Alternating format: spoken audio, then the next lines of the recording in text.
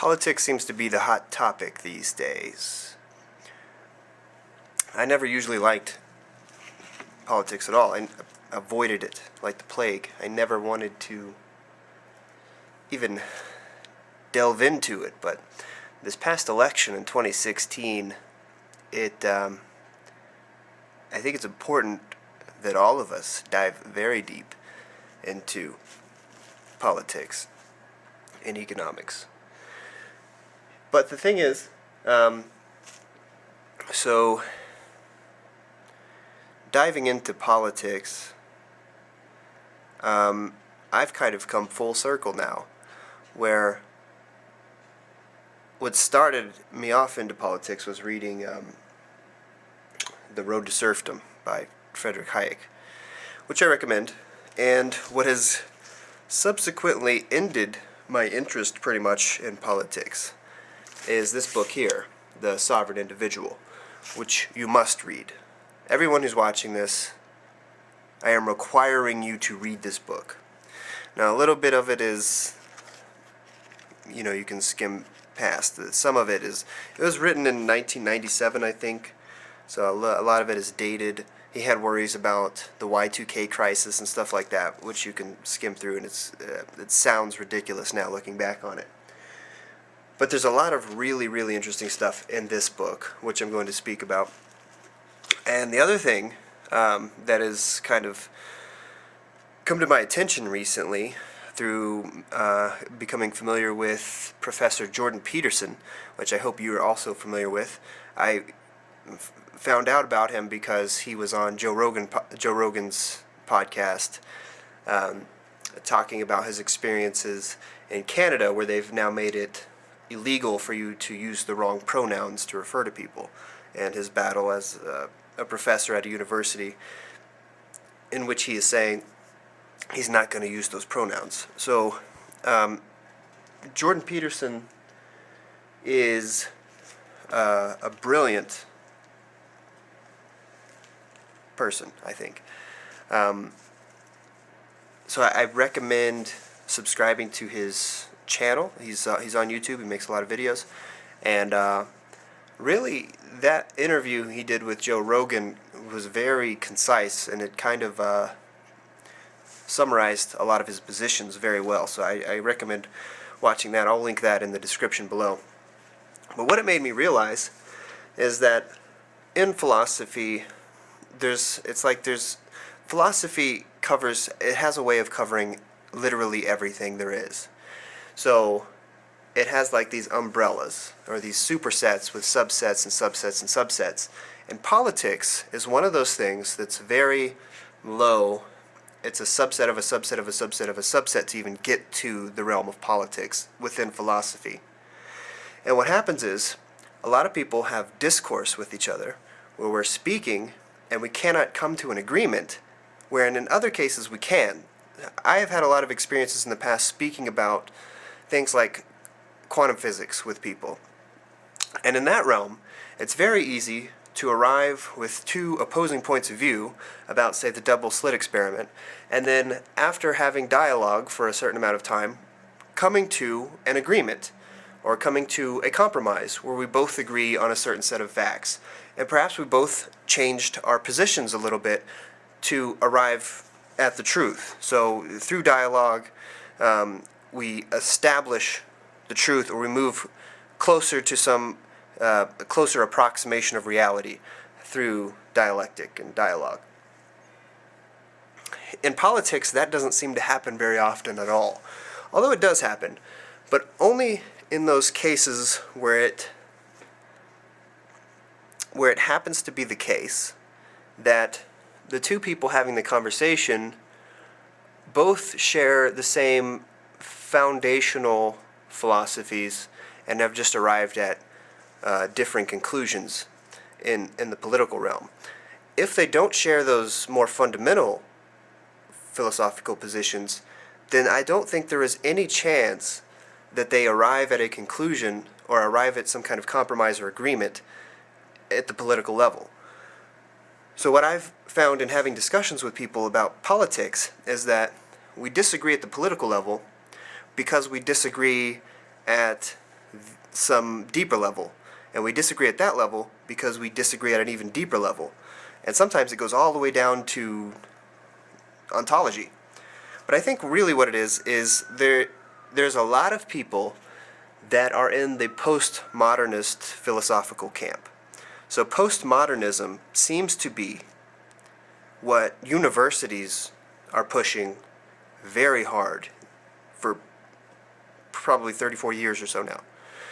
And a lot of people that have gone to university, and also most people that have just gone to like public schools, come out knowing nothing about philosophy, but they have a very strong postmodernist viewpoint. So postmodernism, as described by Jordan Peterson, he says in that interview with Joe Rogan, the postmodernists believe that the entire point of human categorization is power, and that dialogue between people is only a power dialogue, and that there is no real reality outside of interpretation. And basically what we do is exchange interpretive viewpoints to ratchet up our dominance and status. He says, the reason we engage in dialogue is not to establish the truth or move towards some closer approximation of reality, but to structure the social interaction so that our group comes out on top. So, a good summation of the postmodernist viewpoint is that there are no truths, only interpretations. This becomes apparent when you're having conversations with postmodernists, because there's no way to establish some type of, there's nothing to hold on to. There's no there's nothing. It's all interpretation. So if I come to someone and present an argument, what they're hearing is me trying to impose trying to position myself so that I'm in a position of power because I'm imposing my viewpoint on them. So they're not really even listening to my argument. They're listening to me try to maneuver myself into a position of dominance. And no matter what I'm saying, because what I'm actually saying does not matter to them, they're going to reject it because they're not going to allow that to happen. They're not going to allow me to get into that position of dominance where I'm saying something that's true and they're not, or something like that. So they can just blatantly outright dismiss it. And if you get down to the point where you're saying, okay, do you agree that 2 + 2 = 4? Something. Can we agree on anything? Even that they will throw out. No. I'm saying, even if you dig all the way down to where you're saying, this is basic logic. If you follow logic, then you have to come to this conclusion. And they will respond, well, then I just won't follow logic. You throw logic right out the window. So there is no way to grab hold of. There's nothing in the middle, or there's no agreement there. So the dialogue really is impossible. So I think when we're having these political discussions, it is important that we first get down to that level where we're having the discussion about epistemology, about, what is truth? Are there objective truths? Are there truth? Is everything interpretation? What is logic? What is rationality? What is knowledge?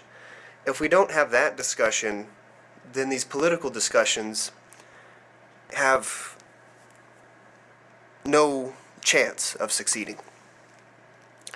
So that's the point of this video. And for me, that might mean that I'm going to, refrain from diving into the political side of things as much as diving deeper into that more fundamental philosophical conversation that needs to be had at the moment. But I think that there's a couple of ideologies out there that are really dangerous, and I don't take them lightly at all, because they create hell on earth if they're allowed to flourish. And it seems like, under the radar, they are currently flourishing. And these ideologies, the one that I've attacked in the past a lot is materialism, and I think that's the easiest one to combat because you can use empirical and evidential arguments that even a postmodernist would be likely to accept if they're in a good mood, that kind of thing. But more importantly, I think nihilism and postmodernism is the root of the problem that creates things like we saw earlier in the 20th century with, Stalinism and Maoism and Hitler and all those things. I really think that all of those horrific human tragedies that we've experienced not very long ago arose because of these nihilism and a form of postmodernist thought that existed even back then. And it may be the case that these things, nihilism, became so prominent now, or at that time, because of the fall of the church and the void that was left in the human psyche when we abandoned these myths that we have used as tools, psychological tools, for hundreds and hundreds and hundreds, probably thousands and thousands of years, that assisted us psychologically in our evolution as children towards adults and in telling us how to behave and what to do. This is also something Jordan Peterson touches on in that interview. I definitely hope that you watch that interview. But I've been reading a lot of Joseph Campbell recently, and it's very apparent that the Christian myths and even in small tribes and the American Indians and all of these myths, they serve a very important purpose in a human being's life, to have these myths around. And what they do is it's like if today you need a therapist to get what humans got in the past through these myths. The therapist helps you along through these transition points and through these stumbling blocks that you arrive at psychologically throughout your lifetime. And the myths, like religions, served that purpose in the past. And because, as Nietzsche said, God is dead and these religions are all being abandoned because they're not empirically verifiable and they have a lot of, they're not literally true because they've been exposed as actual myth. Now that they're being abandoned, they no longer serve that purpose, and that there's this void now. And the void within humanity and this belief in materialism arises within us as nihilism and postmodernism. And you arrive at this thing where nothing is true, everything is permitted, all is interpretation. And what you get with that is this thing where it's just all about power and dominance, and we're not trying to arrive at truth. We're not trying to have better approximations of reality. All we're trying to do is dominate each other and maneuver into positions of power and impose our ideology onto the world's ideologies.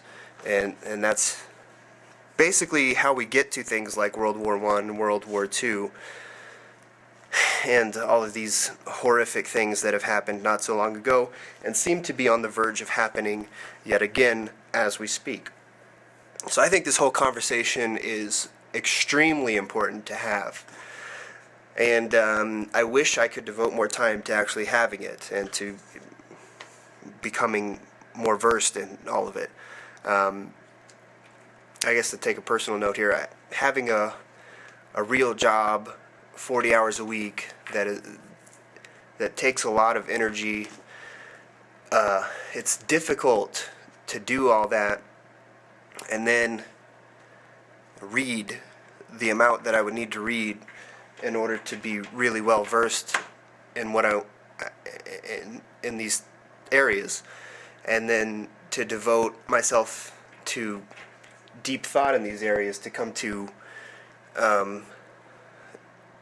conclusions that are beneficial and novel and sharp and helpful in some way. So I'm just kind of a spectator in all this, and kind of in a hobbyish way, saying what I see on this YouTube channel. And I know that there are a lot of people out there that devote a lot more time and effort to these things than I do.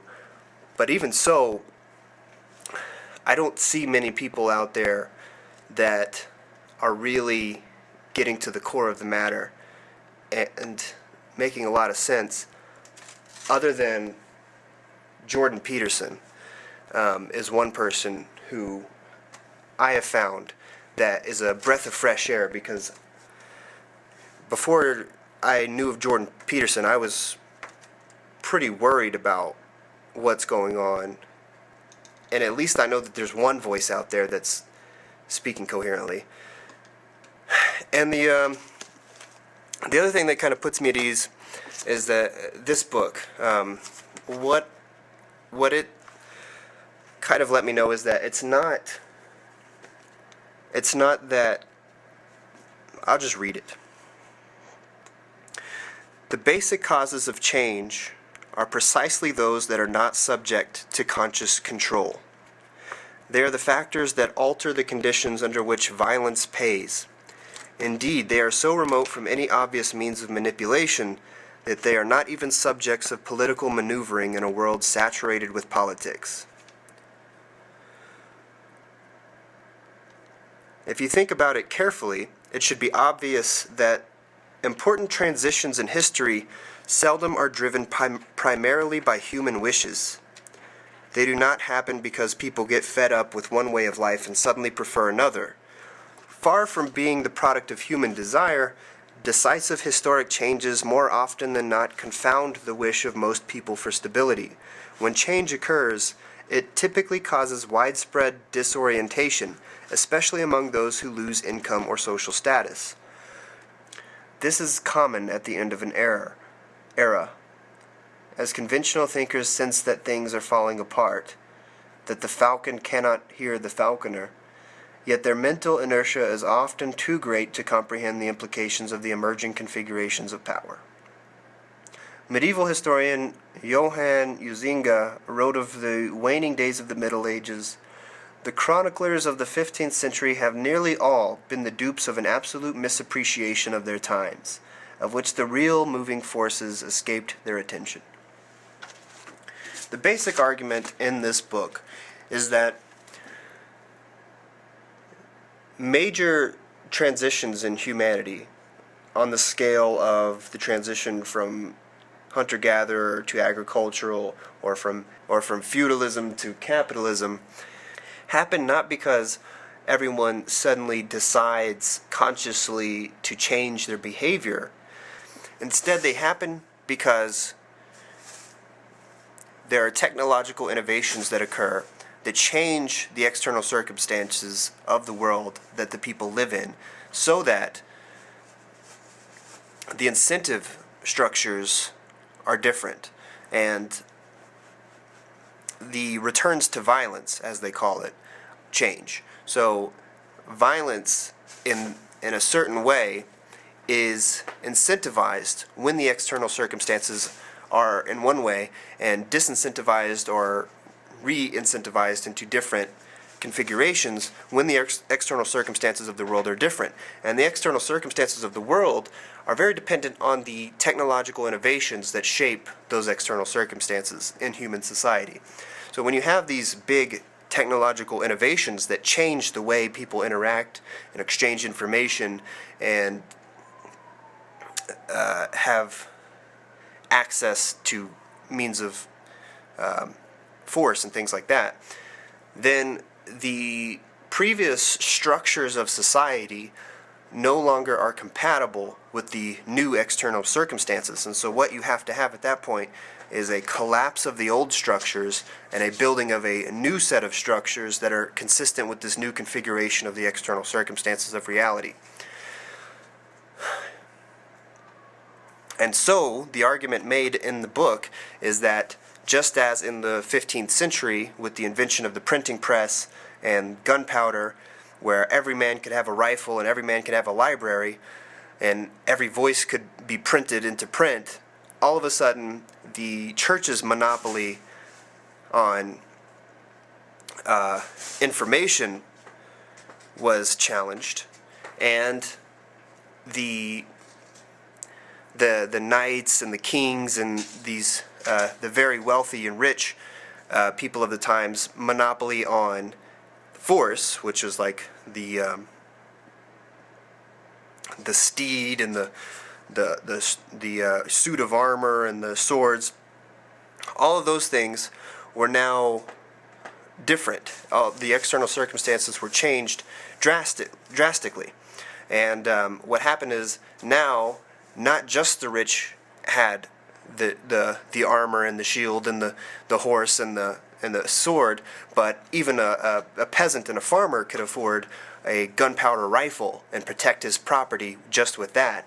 And not just the church with its printing methods could produce the Bibles and the texts for everyone to read and the interpretations that they wanted to put out, but now everybody who was anybody could print anything they want, and they could challenge the church's narrative, and they could expose the church's deviancies and all those different kinds of things. And the whole previous medieval structure collapsed, and what emerged as a result of these technological innovations was the modern age, the industrial age.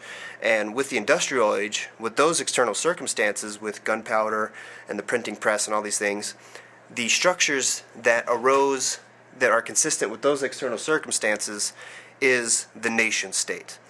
And now, because we are currently in the middle of a very similar transition, perhaps even more drastic transition in human history, we are also moving out of an